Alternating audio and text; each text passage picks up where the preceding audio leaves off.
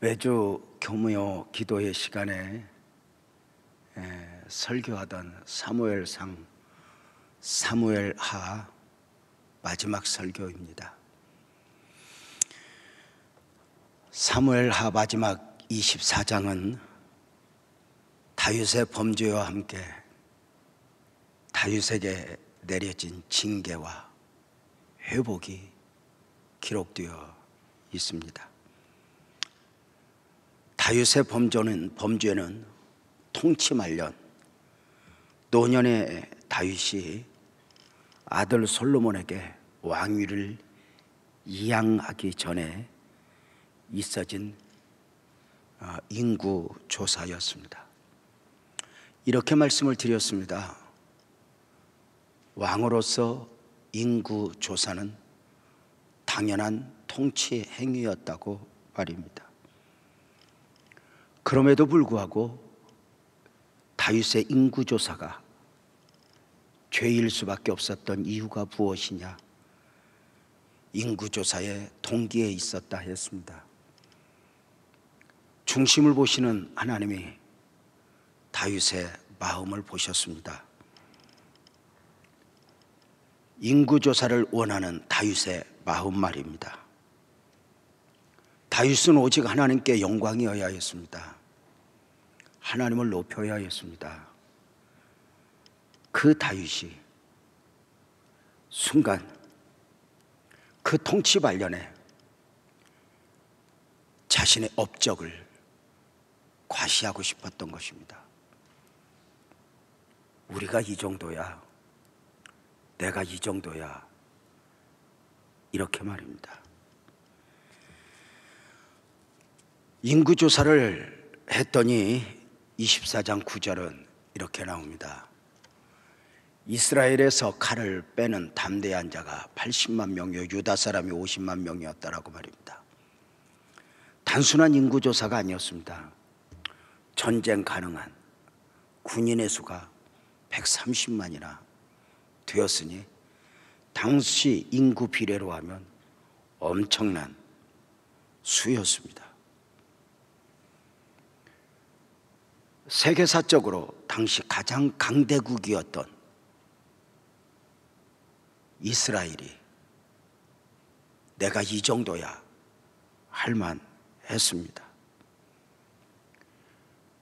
다윗은 결국 이 인구조사가 죄라는 사실을 깨달았습니다. 인구조사를 마친 후에 우리가 이 정도야, 내가 이 정도야 하는 순간 그만 어쩌면 성령께서 깨닫게 하셨는지 아차 싶었던 것입니다. 그 고백이 10절에 나와 있습니다. 다윗이 백성을 조사한 후에 그 마음에 자책하고 내가 이 일을 행함으로 큰 죄를 범하였나이다. 종의 죄를 사하여 주옵소서. 내가 심히 미련하게 행하였습니다. 고백합니다. 이렇게 고백한 다윗에게 하나님은 선지자 갓을 보내요 징계를 선포하시니 13절입니다. 7년 기근 원수에게 쫓겨 석 달 동안 어떤 고난, 사흘 동안 전염병입니다. 7년 기근 3개월의 국난 그리고 전염병, 이 셋 중에 하나를 선택하라 말씀하십니다. 재앙을 선택하라는 말씀 앞에 다윗이 이렇게 반응합니다. 14절이죠. 바로 이어서 다윗이 가세게 이르되 내가 고통 중에 있도다. 정하건대 여호와께서는 긍휼이 크시니 우리가 여호와의 손에 빠지고 내가 사람의 손에 빠지지 아니하기를 원하노라 하는지라. 이 말씀을 좀 더 이해하기 쉽도록 쉬운 말 성경으로 보면 이렇게 표현합니다. 다윗이 가세게 대답하였다. 괴롭기가 그지없습니다. 그래도 주님은 자비가 많으신 분이니 차라리 우리가 주님의 손에 벌을 받겠습니다. 입니다. 무슨 이야기냐면 쉽게 표현하면 하나님이 징계를 선택하라 하셨지만 어떤 징계를 허락하시든지 하나님을 절대 신뢰하겠습니다 하는 고백이었습니다.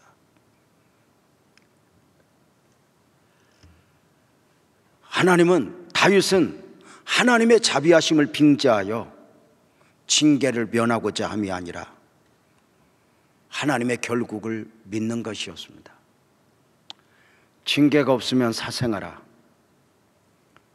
징계에 담겨진 하나님의 용서와 사랑을 믿은 것입니다.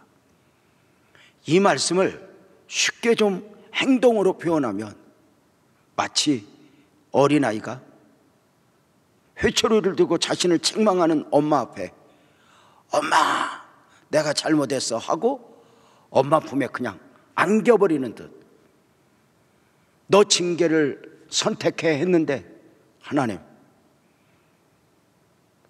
저는 하나님의 자비하심을 빙자하여 징계를 면하고자 함이 아닙니다. 나는 하나님을 절대 신뢰합니다. 다만 한 가지 소원이 있습니다. 그 기도가 17절입니다. 다윗이 백성을 치는 천사를 보고 고지 여호와께 아뢰어 이르되 나는 범죄하였고 악을 행하였거니와 이 약물이는 무엇을 행하였나이까? 청하건대 주의 손으로 나와 내 아버지의 집을 치소서. 자, 다윗의 기도는 하나님, 백성들은 잘못 없습니다. 잘못은 제가 했습니다. 백성들을 징계의 손을 거두시고 나와 아비 집을 치소서.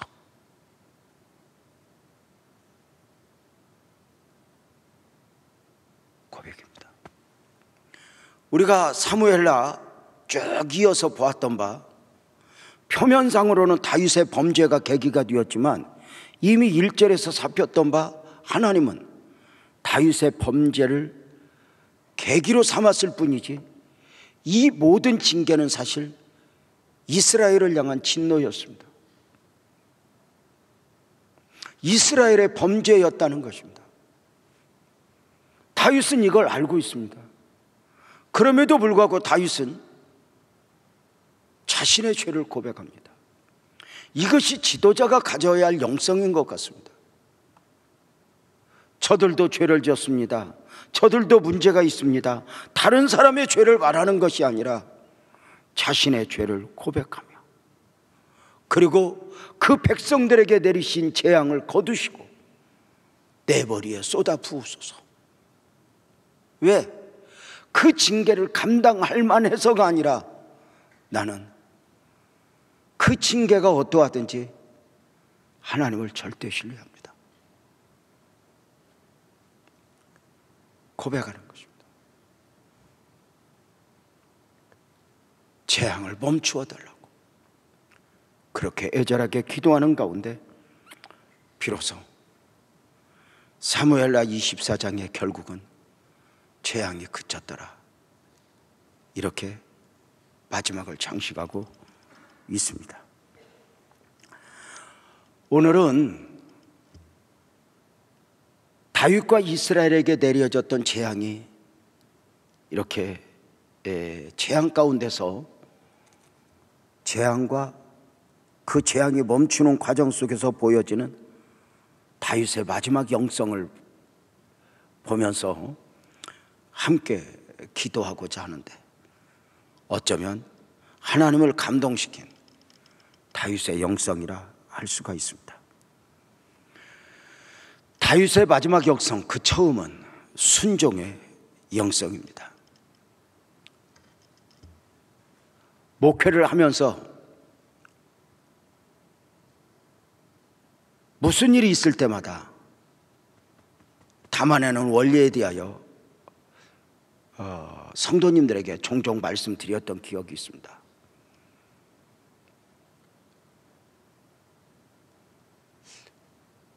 후배들의 질문의 과정 속에서 있어진 대답이었죠. 후배들이 종종 묻습니다. 선배, 어떻게 해야 목회를 잘할 수 있지? 나도 모르겠어. 겸손이 아니라 정말 모르겠습니다. 인간의 한계인 것 같습니다. 모르겠어. 그러면 이렇게 물어요.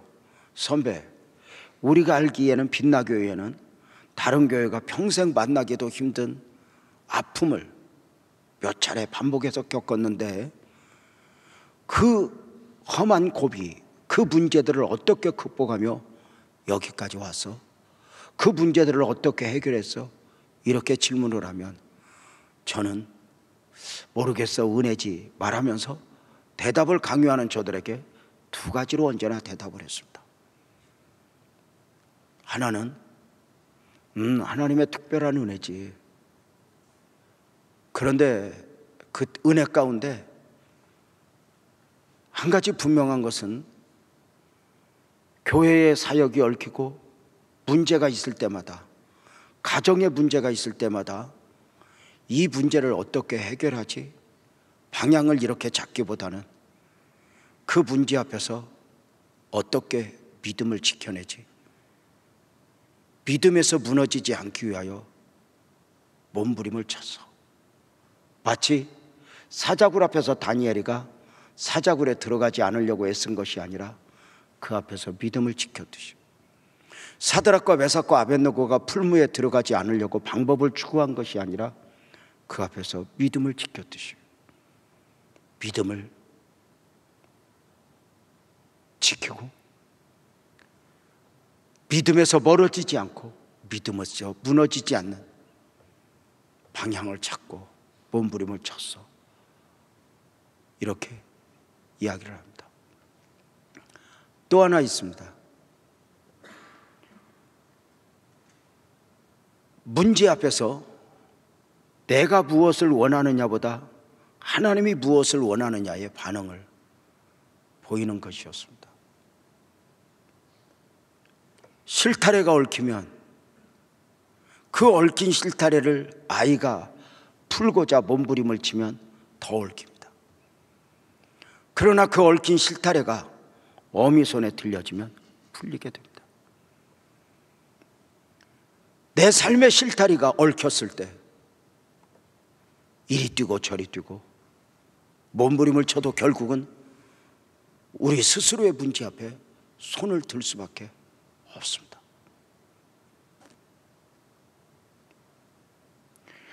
이렇게 되었으면 좋겠다 방향을 정하기보다는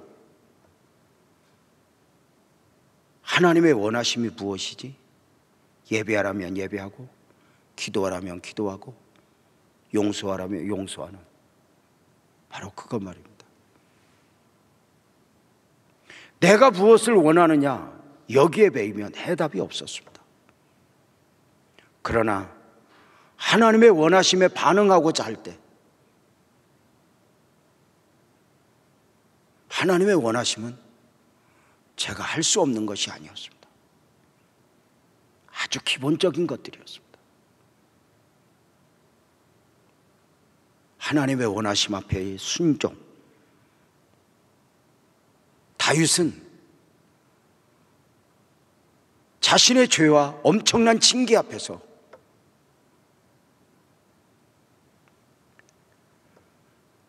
이 징계를 거두어 주소서, 이런 것이 아니었습니다. 하나님의 원하심 앞에 순종하는 것이었습니다. 하나님의 사람들에게 있어서 가장 기본적 영성은 언제나 순종이었죠. 사무엘상 15장 22절에서 그렇게 말했죠. 순종이 제사보다 낫다고요. 듣는 것이 수양의 기름보다 낫다고요. 우리 모두가 큰 일을 하기를 원하지만 순종 없는 그 어떤 큰 일도 큰 일일 수 없고요, 순종이 없는 충성도 충성이 아니었죠. 탕자형의 충성이로 인정받지 못했던 이유는 그 중에 하나가 순종이 없습니다. 아버지의 용서를 거부하는 것입니다. 아버지의 청함을 거절하는 것이었습니다. 내 생각이 옳아도, 내 자존심이 어떠하든지 주님의 말씀 앞에 나를 내려놓을 수 있는가?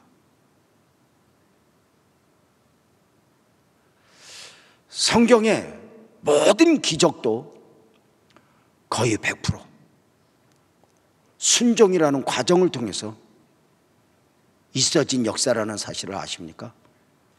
항아리에 물을 채워라, 떠서 갖다 줘라, 요단강에 가서 씻어라, 여리고를 돌라.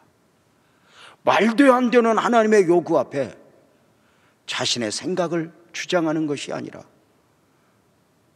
말도 안 되는 하나님의 요구 앞에 말도 안 되는 순종, 그 순종을 통해서 역사가 일어나는 것이었습니다. 아브라함의 믿음이 믿음될 수 있었던 이유도 이삭의 순종이 있었기 때문입니다. 창세기 22장에 아브라함이 이삭을 번제로 드릴 때 그 이삭의 나이를 주경학자들은 성인으로 봅니다. 18에서 25, 33살까지도 봅니다. 장성한 이삭이 아버지가 묶으면 묶이고 누이면 누이고 칼로 찔르면 자신을 떼어놓습니다. 아버지는 하나님의 음성이라도 들었습니다. 이삭은 하나님의 음성을 들은 적도 없고 내가 왜 이렇게 죽어야 하는지, 재물이 되어야 하는지 설명을 들은 적도 없습니다. 그러나 이삭이 얼마든지 나이 많아 늙어버린 아버지의 손목을 잡고 아버지 왜 이러세요 할 수 있지만 이삭은 겸손히 자신의 힘을 사용하지 않습니다.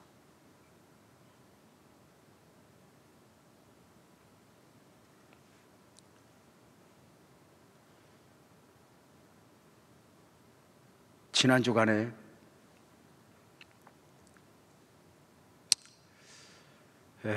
한 주간 동안 묵상했던 말씀, 사순절을 시작하면서 한 주간 동안 묵상했던 말씀이 내일의 염려를, 내일의 두려움을 상상하며 오늘의 행복을 놓아버리지 말자 였습니다. 이번 주간에 또 한 주간을 이렇게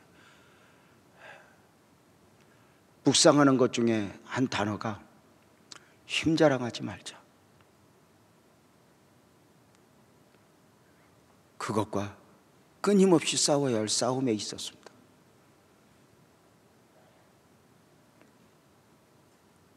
사랑하는 성도님들, 성경의 모든 역사는 순종을 배경으로 하고 있다. 사역도 마찬가지입니다. 예수님의 사역 또한 그러하지 않습니까? 예수님은 바다를 잔잔케 하는 그분이요 죽은 자를 살리는 분입니다. 그럼에도 불구하고 예수님의 사역은 언제나 하나님의 뜻 앞에서의 순종, 하나님의 원하심 앞에서의 순종이었습니다. 하나님과 동등됨을 취할 것으로 여기지 아니하고 자기를 비워 종의 영체를 가져 순종이었습니다. 갈라디아서 1장 4절은 그렇게 말하네요. 하나님 곧 우리 아버지의 뜻을 따라 자기 몸을 주셨다. 이렇게 말합니다.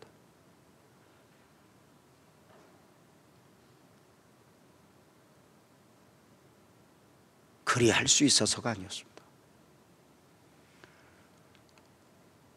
이 길이 너무 고통이요. 그 정도를 아시는 주님은 아바 아버지 할 수 있거든 이 잔이 댁에서 지나가기를 원합니다. 간구하기도 했습니다. 그럼에도 불구하고 결국은 나의 원대로 마시고 아버지 원대로 되기를 원하나이다 였습니다. 종종 이렇게 말씀을 드렸죠. 겟세마네 동산에서 주님의 기도는 밤이 맞도록 몸부림쳐 땀을 흘리는 기도였는데 도대체 예수님은 그 밤이 맞도록 기도하신 내용이 무엇일까? 아버지여 이 잔이 댁에서 지나가기를 원합니다. 하나님의 마음을 바꾸기 위한 기도였을까? 아니요. 하나님의 뜻을 알면서 하나님의 원하심을 알면서도 거부하려고 하는 자기 자신을 이기고자 하는 기도였습니다. 쉽지 않죠. 하나님의 원하심 앞에 아멘한다 쉽지 않죠. 끊임없이 자기 자신을 내려놓지 않은 것. 히브리서 5장 8절에서 9절에서는 이렇게 말합니다. 그가 아들이시면서도 받으신 고난으로 순종함을 배워서 온전하게 되셨은즉 자기에게 순종하는 모든 자에게 영원한 구원의 근원이 되셨다고 말입니다. 순종을 받으신 고난으로 배워서. 예수님의 사역은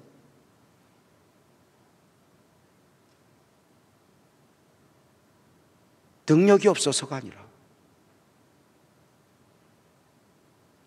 바로 모든 걸 내려놓고 순종을 통해서였습니다. 출애굽과 가나안 여정을 설교하면서 모세의 순종을 보았던 적이 있습니다. 이렇게 말씀을 드렸죠. 60만을 이끌고 출애굽한 이스라엘 백성들을 가장 먼저 기다리는 것은 구름 기둥 불기둥의 인도였다.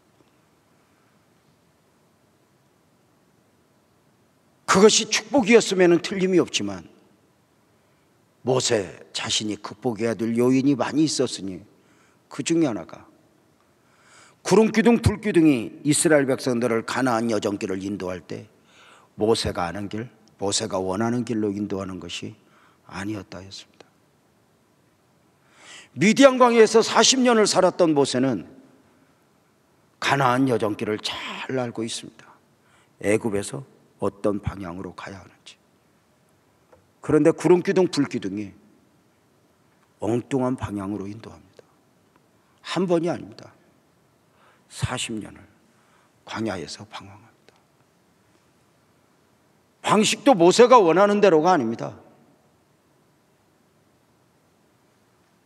장막을 하루, 때로는 한 달, 때로는 1년. 늘 구름 기둥 불기둥이 움직이는가 하늘을 봐야 했습니다.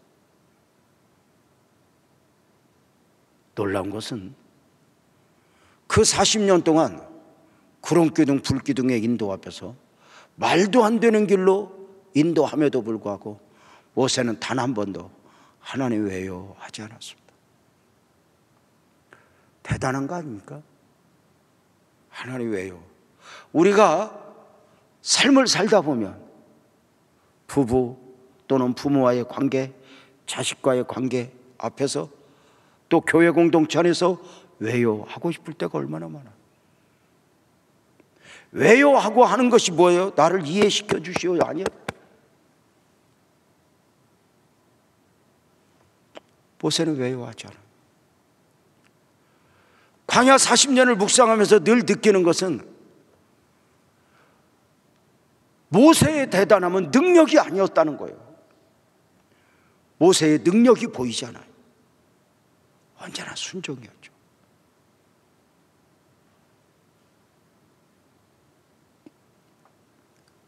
하나님의 원하심 앞에서 언제나의 순종. 왜요 하지 않아요. 저도 목사이지만 종종 이제 기도를 해요. 하나님, 제가 이것밖에 안 돼요. 이제 요즘에도 많이 울죠. 왜냐하면 성도들에게 아픔이 있는데 제가 아무것도 할 수 없는 거예요. 누구처럼 능력 있는 좀 종이었으면 좋겠다 싶은 생각도 들어요.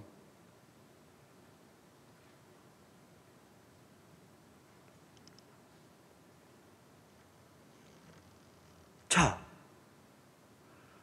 그렇다면 나 자신은 능력으로 일하기를 원할 때 의외로 이런 모세를 보는 거예요. 다윗을 보는 거예요. 저들은 자신의 대단함을 드러내려고 하지 않았어요. 내 말이 맞다고 목소리를 높이지 않아요. 내 행동의 정당성을 주장하지 않아요. 내 마음대로 되어지지 않을 때, 내 생각과 다를 때 거기에서 자신을 내려놓고 아멘 하는 것이죠.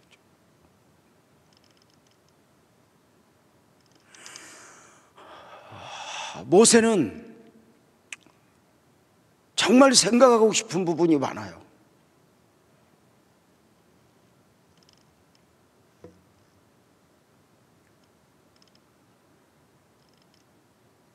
다윗의 순종도 마찬가지예요. 사울 앞에서도, 압살롬의 문제 앞에서도 그러잖아요. 그의 평생 하나님의 사인을 기다리며, 사무엘서 강해를 하면서 이런 말씀을 드린 적이 있죠. 블레셋이나 이웃나라가 쳐들어오면 마땅히 가서 전쟁을 해서 물리쳐야 함에도 불구하고 하나님 앞에 물었다고. 하나님, 적군이 이 나라 국경을 넘어왔습니다. 어찌할까요? 사인이 없으면 그냥 기다려. 하나님, 성문을 열고 들어왔습니다. 하나님, 어찌할까요? 사인이 없으면 그냥 있어요. 하나님, 저들이 대궐 문을 열려고 합니다. 어찌하죠? 하나님, 다윗아 일어나라. 아멘입니다. 그리고 일어나요. 모든 상황 앞에서 믿음을 보이고 모든 상황 앞에서 순종하기를 갈망하는 그의 모습을 읽어내는 것이죠.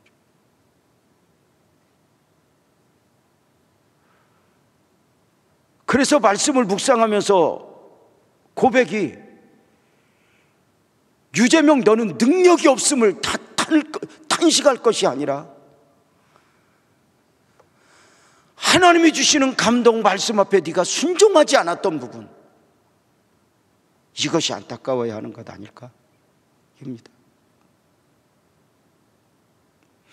징계 앞에서도 다윗은 하나님의 사랑을 믿어버렸거든요.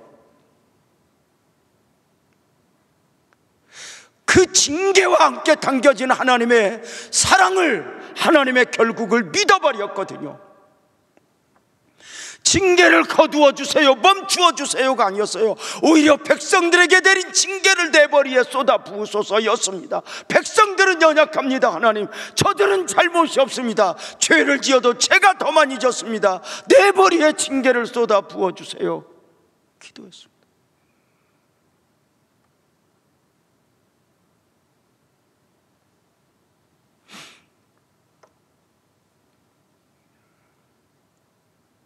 다윗에게 재앙을 백성들에게 멈추시고 내 머리에 쏟아부어 달라고 하는 그 간구 앞에 임한 말씀이 18절 19절에 이렇게 되어 있습니다. 이날에 가시 다윗에게 이르되 일어러 그에게 아뢰되 올라가서 여부수 사람 아라우나의 타작마당에서 여호와를 위하여 제단을 쌓으소서 하매 다윗이 여호와께서 명하신 바 가세 말대로 올라가니라. 다윗이 대단한 게 하나님의 음성을 직접 듣지는 않았어요. 그러나 선지자를 통해 들려오는 말씀 또한 하나님의 음성으로 들었어요. 여부수 사람 아라우나의 타작마당에 가서 제단을 쌓으소서. 여부수 사람 이방인입니다. 이방인 지역에 가서 제단을 쌓으라는 것입니다. 여기서 다윗은 얼마든지 하나님, 예루살렘에서 해야 하는 것 아닙니까? 하나님, 장막에서 해야 되는 것 아닙니까? 그리 할 수 있는데 다윗은 아멘합니다. 얼마든지 자신의 생각을 말할 수 있음에도 불구하고 그것이 이방인의 땅이든지 그것이 하나님의 명령이라며 내가 지금 이해하지 못할 뿐이지 그 안에는 하나님의 뜻이 담겨 있다고 고백하며 가는 것입니다.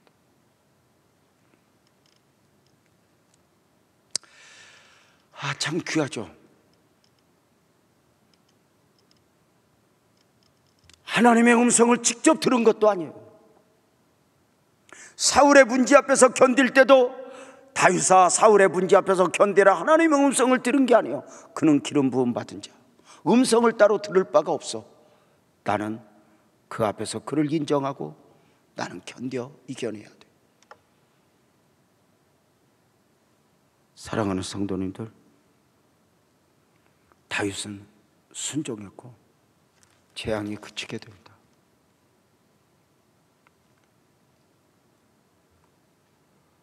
우리의 신앙도 마찬가지여야 하는 것 아닐까?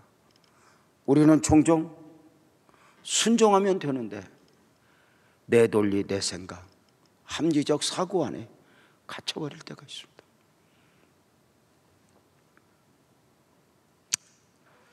종종 자존심의 울타리 안에 갇히고 말입니다. 내가 이해가 되지 않습니다. 종종 내 자신이 똑똑한 것처럼 내 삶이 여전히 내가 주인이여 하나님의 원하심보다는 내가 원하는 대로 이고 싶은 유혹 말입니다. 다윗은 그 마지막 영성, 징계의 과정 속에서 보여지는 다윗의 마지막 영성, 그 처음은 내가 순종합니다. 순종이었습니다.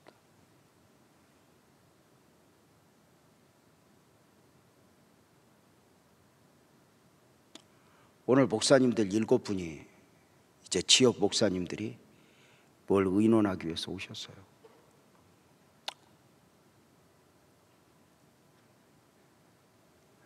저보다 연세가 있으신 목사님이 유 목사님 부탁이 있어. 뭔데요? 유 목사, 우리 목사들한테 성경 좀 알려줘. 목사님, 저도 몰라요. 저도 부족해요. 아니야, 유 목사.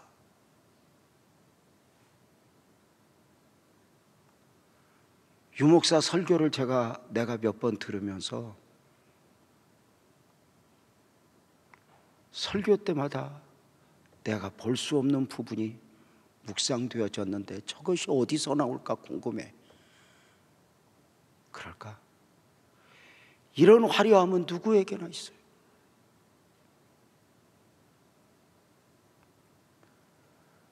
나는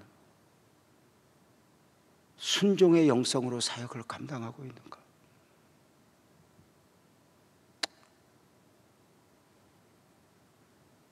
다윗은 선지자 가시 이야기했을 때 나 따로 응답 받아봐야 돼요 이렇게 말하지 않았어요.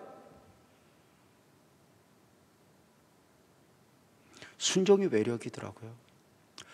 언젠가 말씀을 드렸죠. 저는 목사로서 소명을 받을 때 제명아 목사가 되어라 따로 이렇게 개인적 소명을 받아본 적이 없어요. 제가 모시고 있던 목사님이 제명아 네 얼굴에 목사가 보인다. 너는 목사였으면 좋겠다. 목사님 말씀 앞에 순종해야 하는 것이 원칙이었던 저는 결국은 수용하는 그것이 저 자신에게 소명이었습니다.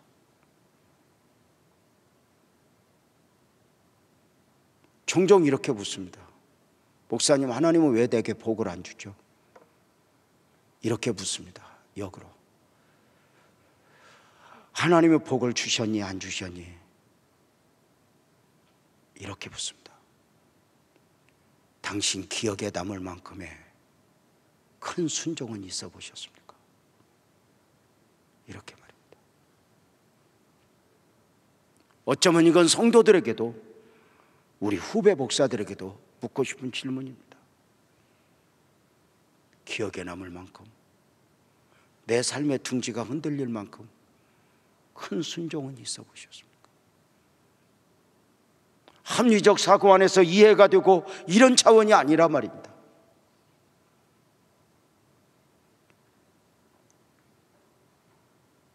하나님은 그 다음을 섭리하신 가운데 우리에게 종종 순종을 요구하십니다. 항아리에 물을 채워라, 떠서 갖다 줘라, 여리고를 돌라.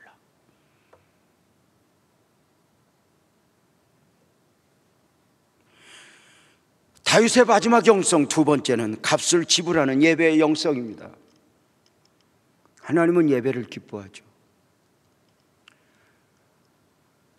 하나님의 사람들에게 있어 모든 상황 속에서 전쟁 가운데 있을지라도 지켜야 할 것은 예배이죠.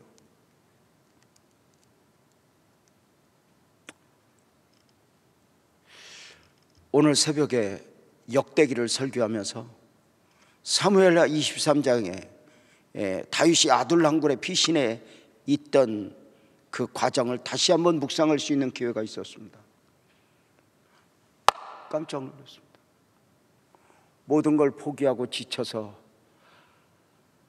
그 블레셋과의 전쟁 중에 우선의 패배 앞에 모든 것을 내려오는 다윗이 그 아둘람굴에서 누가 베들레헴 성문 곁 우물물을 나로 마시게 할고 하는 가운데 3명의 용사가 물을 떠왔을 때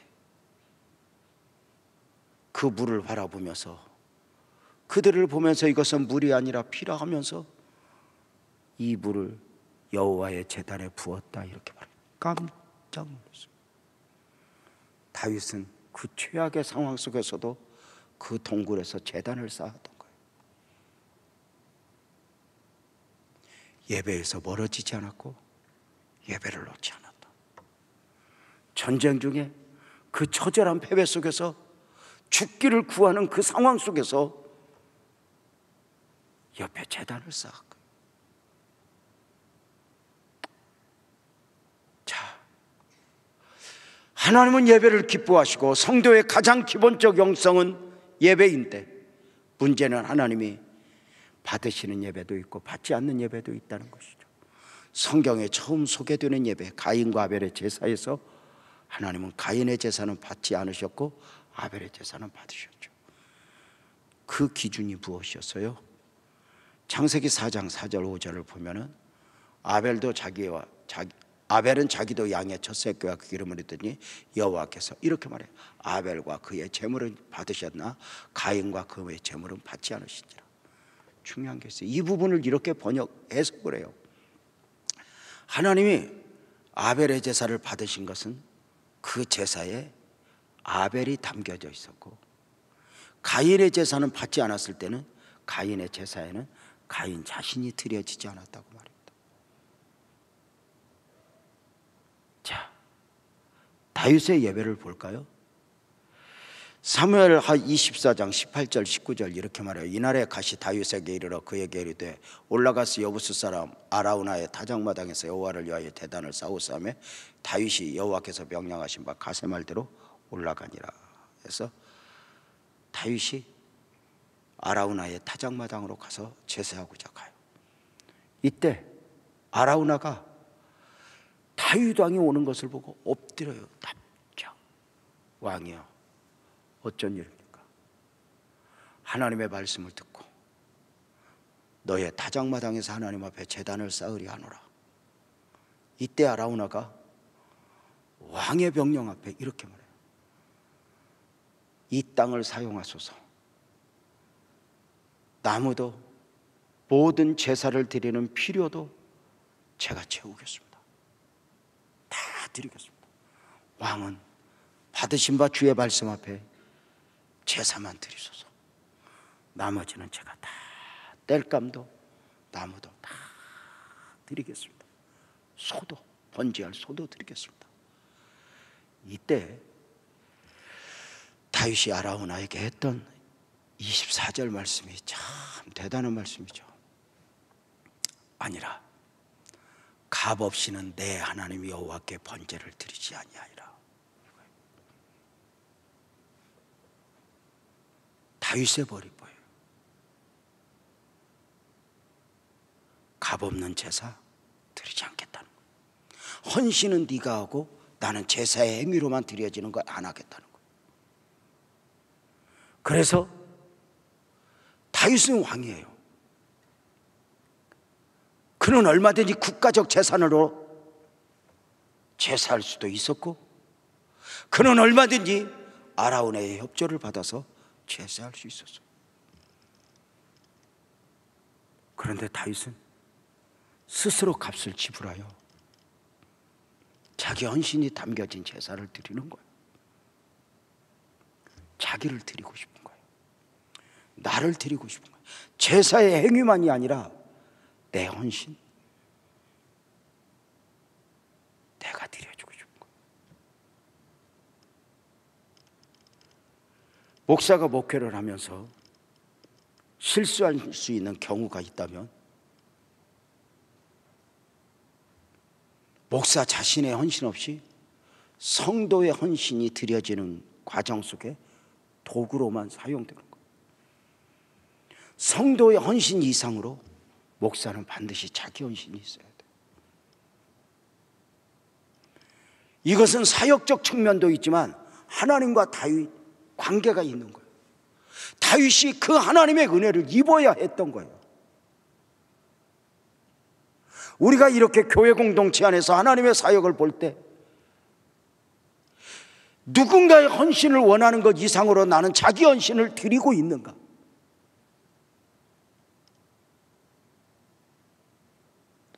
이렇게 표현하죠. 종종 선교사님들이 사역을 가셨을 때, 목회를 시작할 때 자기 헌신을 배경으로 하지 않는 가운데 있어지는 그 어떤 것에도 하나님의 역사는 기대하지 말라고. 놀랍게도 다윗은 값없는 제사, 값없는 헌신 드리지 않겠다는 거예요. 가서 제사만 드리면 돼, 이게 아니라 하나님과 나와의 관계 속에서 내가 은혜를 필요로 하고 내가 복을 필요로 하니 그저 형식적으로 이게 아니라 값을 치르는 제사를 드리겠다. 아라우나야, 네가 소, 나무 뗄감 될 거 없어. 아니야. 이 땅도 하나님 앞에 드려야 하니 구별되게 일단 좀 팔아라. 그냥 사용해서는 안 된다. 값 없이는 나는 제사하지 않겠다. 값 있는 제사를 드리겠다.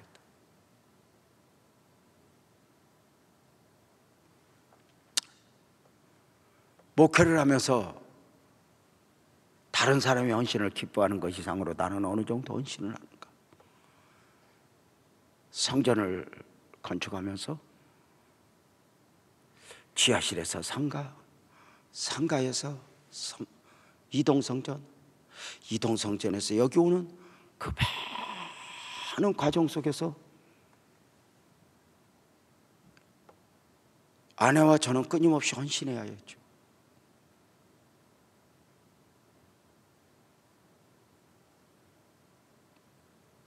그런데도 늘 부족해요.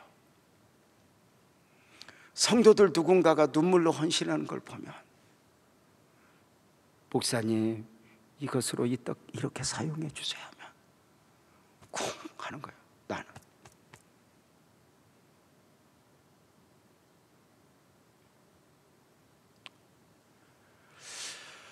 헌신 없이 설교 준비하다가 옛날 생각이 났어요.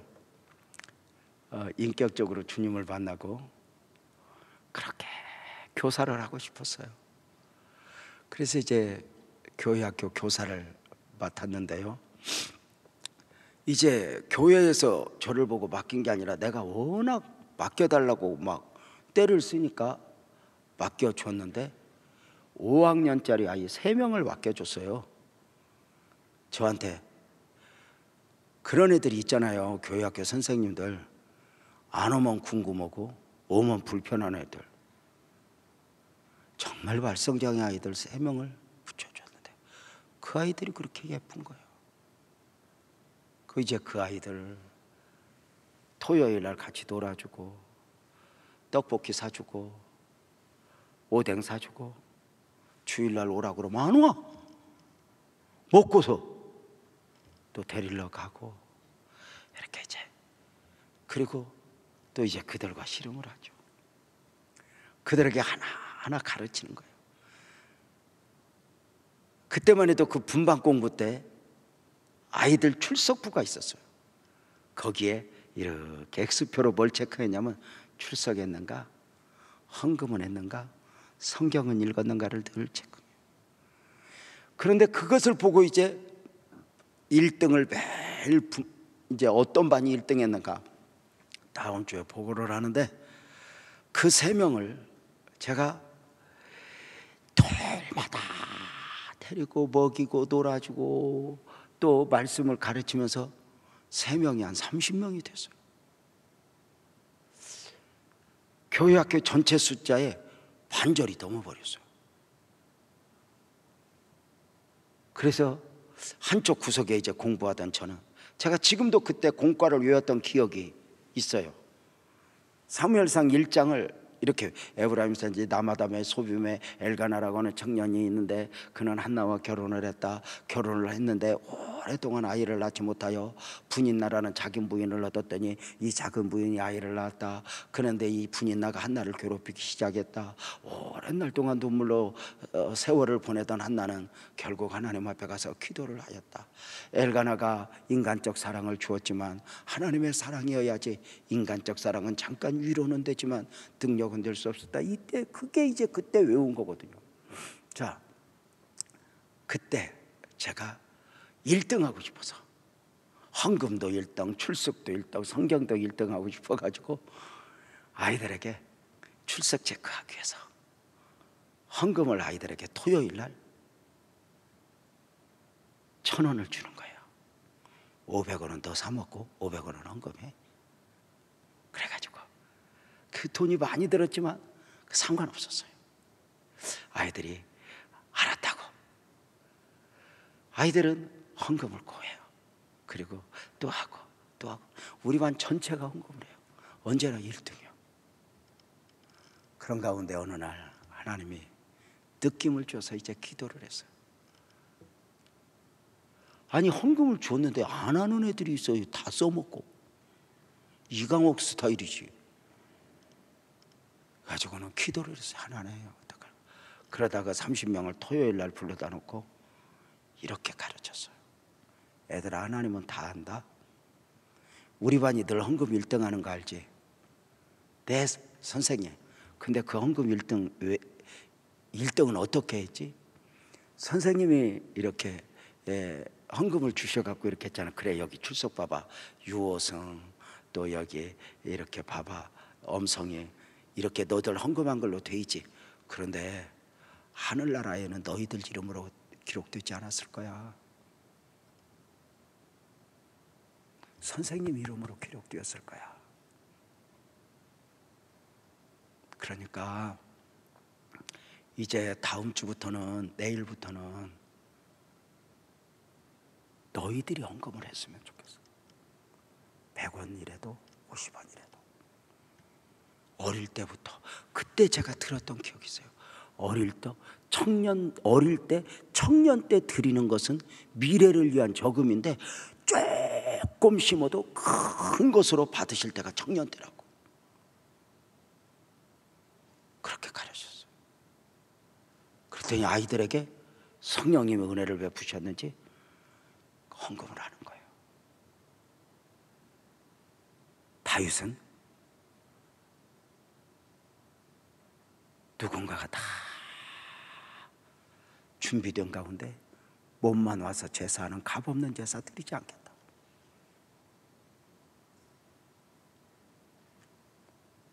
예배를 준비하고 예배에 헌신되고.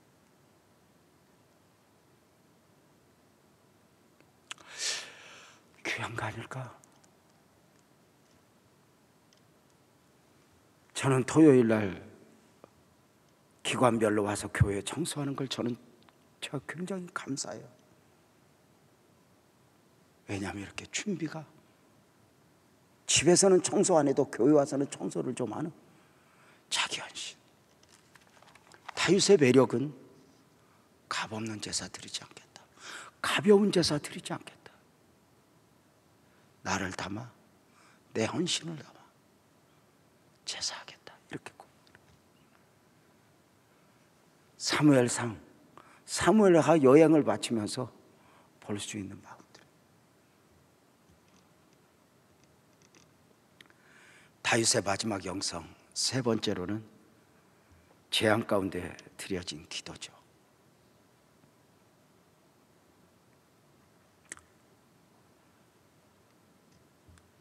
자기 헌신이 담겨 있지 않았던 예배, 값없는 제사는 참 제사가 될 수 없다고 말씀을 드렸어요.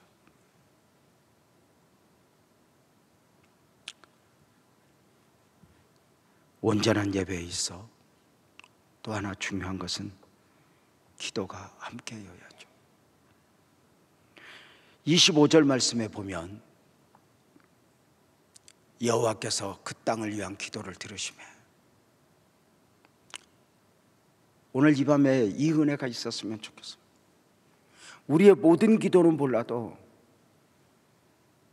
그 다윗이 애절하게 기도했던 거 있거든요. 이 땅을 용서하소서, 이 백성을 용서하소서. 이 백성은 잘못이 없습니다. 범죄는 내가 죄를 지었나이다. 하나님, 이 재앙을 나와 내 아버지 집, 내 머리 위에 쏟아 부으소서.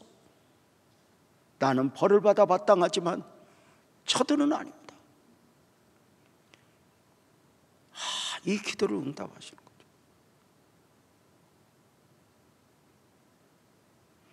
기도에 사랑이 담겨 있어요. 기도에 용서가 담겨 있어요. 그죠? 그냥 목소리 큰 게 아니라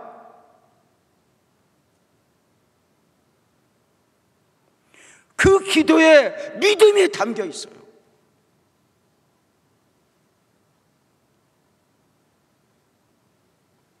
그냥 부르짖은 게 아니에요.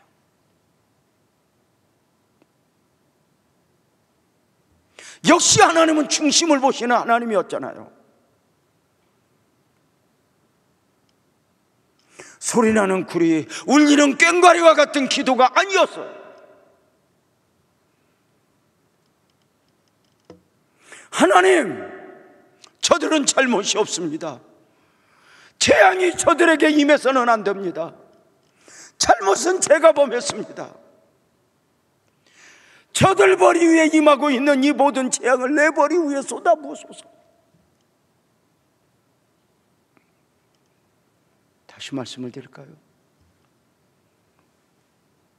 다윗의 기도에는 그냥 간절하고 그냥 목소리 큰 것이 아니라 믿음이 담겨 있고 사랑에 담겨 있고 자기 희생, 자기 헌신이 담겨 있었어요.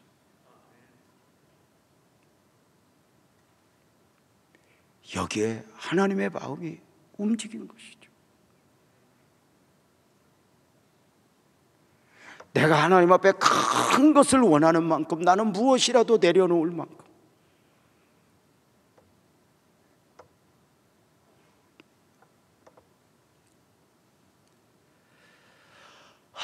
매력이죠. 그래서 하나님은 그 땅을 위한 기도에 응답하셨다.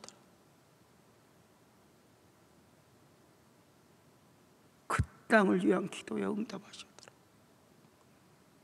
우리의 충보에 사랑이 담겨 있고 믿음이 담겨 있고 자기 희생의 각오가 담겨 있는가?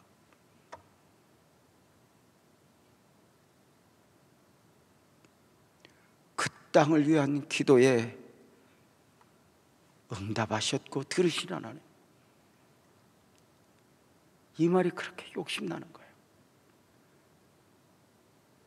오늘 이 밤에 우리가 다시 한번 연약한 이들을 위하여 기도하고 기도할 때 내가 너의 기도를 들었고 내가 너의 눈물을 보았다.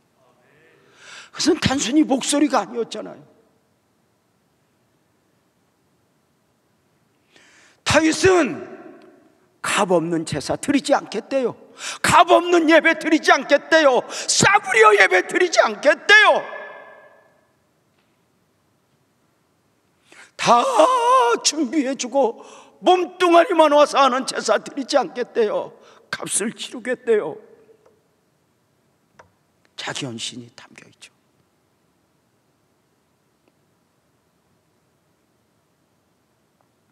다윗은 그 엄청난 재앙의 현실 앞에서 그 재앙을 내게 임하게 하소서. 저들은 잘못이 없습니다. 믿음이 아니어도 자식에게 있어지는 어려움 앞에서 부모는, 믿음이 아니어도 안 믿는 부모도 내가 죄를 지어서 그런가 이런 마음을 가져요. 사랑이죠.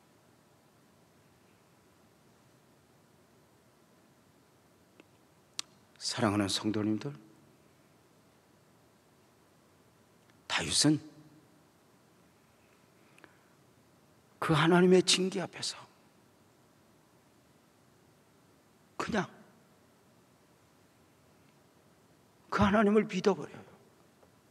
그리고 그 마치 이 사무엘 24장을 읽다 보면 하나님이 매를 들고 막 때리면 맞으면 맞을수록 그 하나님의 품에 가서 안겨버리는 다윗의 느낌이 있어요.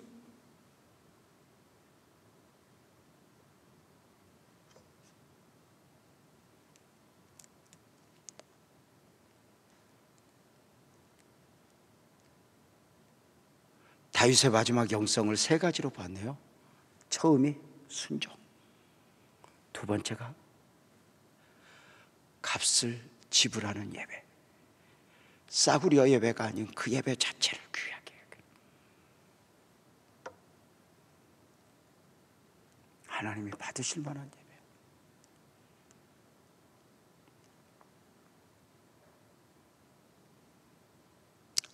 누구보다 더 헌신하고자 하는 마음이 있는가?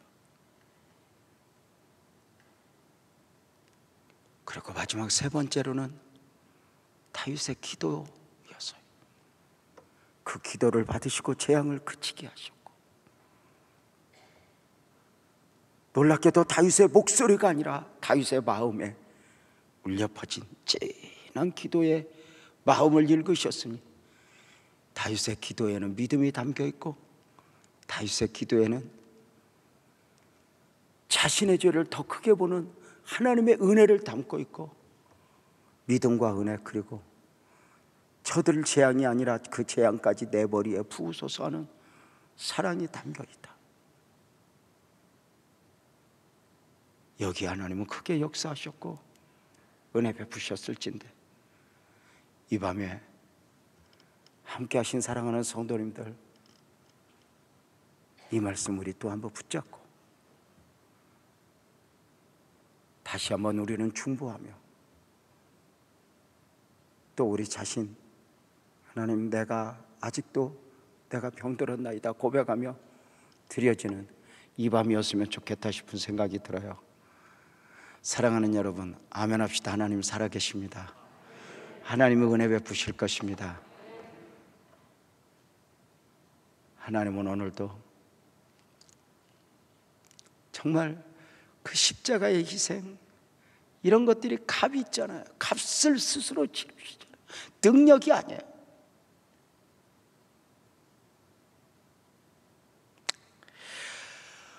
찬송합시다. 우리 그리고 기도합시다. 우리 모두 자리에서 일어나서 따스한 성령님 부르신 곳에서 이 찬송하면서 예배 안에, 기도 안에, 순종 안에 고백합시다.